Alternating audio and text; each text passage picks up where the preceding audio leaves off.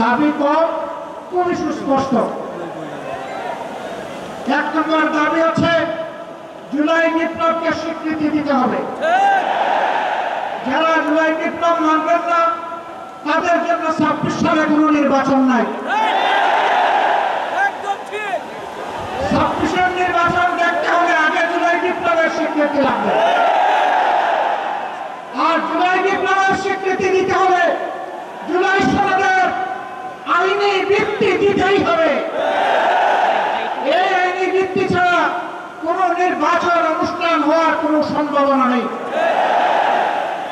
তখন হবে আইনি ভিত্তির গুণাপত্র। এদেশের মুক্তিকামী মানুষের কথা একটাই, জাতীয় সংসদ নির্বাচনের আগে গণভোট অনুষ্ঠিত হতে হবে। গণভোটের ব্যাপারে সকল দল একমত। তাহলে তারিখ নিয়ে এই গায়নাবাজি কেন? একমত হয়ে যখন স্বাক্ষর করেছি সবাই, তখন গণভোট আগে হওয়াই হচ্ছে যুক্তিযুক্ত। এর মধ্য দিয়ে আইনি ভিত্তির পটাতন তৈরি হবে ইনশাআল্লাহ, এবং এর ভিত্তিতেই আগামী জাতীয় সংসদের নির্বাচন অনুষ্ঠিত হবে।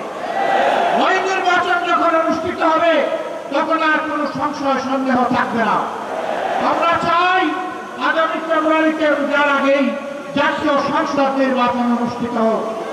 এইটা নিয়ে কেউ ধূম্রজাল সৃষ্টি করার পায়তারা চালাবেন না, ওদের পিণ্ডি ওদের গায়ে ফেলবেন না।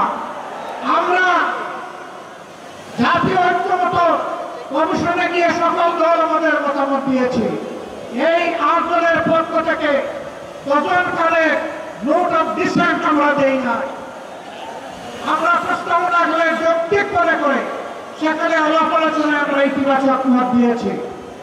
এরপরে সংখ্যাগরিষ্ঠ দলের মতামতের ভিত্তিতে একটা চার্টার তৈরি হয়েছে। এটি হচ্ছে গণতন্ত্রের কথা, যে সংখ্যাগরিষ্ঠ যা বলবে বাকিরা তাই মেনে নেবে। কিন্তু আমরা দেখলাম না, কেউ তা মেনে নিতে রাজি নন। জুলাই সনদেই যদি আপনি গণতন্ত্রের প্রতি শ্রদ্ধা না দেখান, জাতীয় নির্বাচনে আপনি শ্রদ্ধা দেখাবেন কিভাবে? এই জায়গায় আসতে হবে। সকল বায়না ভুলে যান। জুলাই শহীদের রক্তের প্রতি সম্মান দেখান। জুলাই যারা লড়াই করেছে মুখ ত্যাগ করে, যারা পঙ্গু আহত হয়ে এখনো দুঃখে দুঃখে কষ্ট করছে, মেহরবানি করে তাদের মুখের ভাষা বোঝার চেষ্টা করুন। আমার ভাই আল্লামা মামুনুল্লাহ সাহেব বলেছেন, লড়াই করে বেশিরভাগ বিদায় করেছি, লড়াই করে জনগণের দাবি আদায় করব। আমি স্পষ্ট ভাষায় বলতে চাই, কোন দলের নয়, জনতার বিজয় হবে ইনশাআল্লাহ। জনতা কি চায় কান পেতে শোনার চেষ্টা করো। যদি এই ভাষা মুখতে ব্যস্ত হন, তাহলে নিজের পরিণতির জন্য যে বুঝতে ব্যর্থ হবেন তাকে তৈরি থাকতে হবে।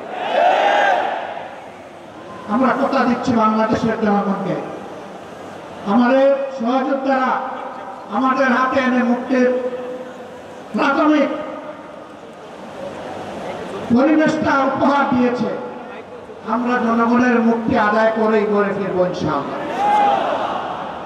আমরা ভদ্র ভাষায় কথা বলছি, ভদ্র ভাষায় কথা বলবো, কিন্তু আমাদের দাবির ব্যাপারে আমরা হিমালয়ের মতো অনড় থাকবো। কারণ এই দাবি জনগণের দাবি, কোন দলের দাবি নয়। এই দাবি বিপ্লবের দাবি, এই দাবি ফ্যাসিবাদের দাবি না। অতএব ফ্যাসিবাদের দাবির কাছে বাংলাদেশের জনগণ মাথা নত করবে। তৈরি হোক।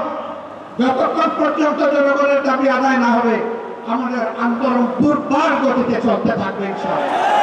আজই শীর্ষ নেতৃবৃন্দ এই মিটিংয়ের পরে আমরা মিলিত হচ্ছি।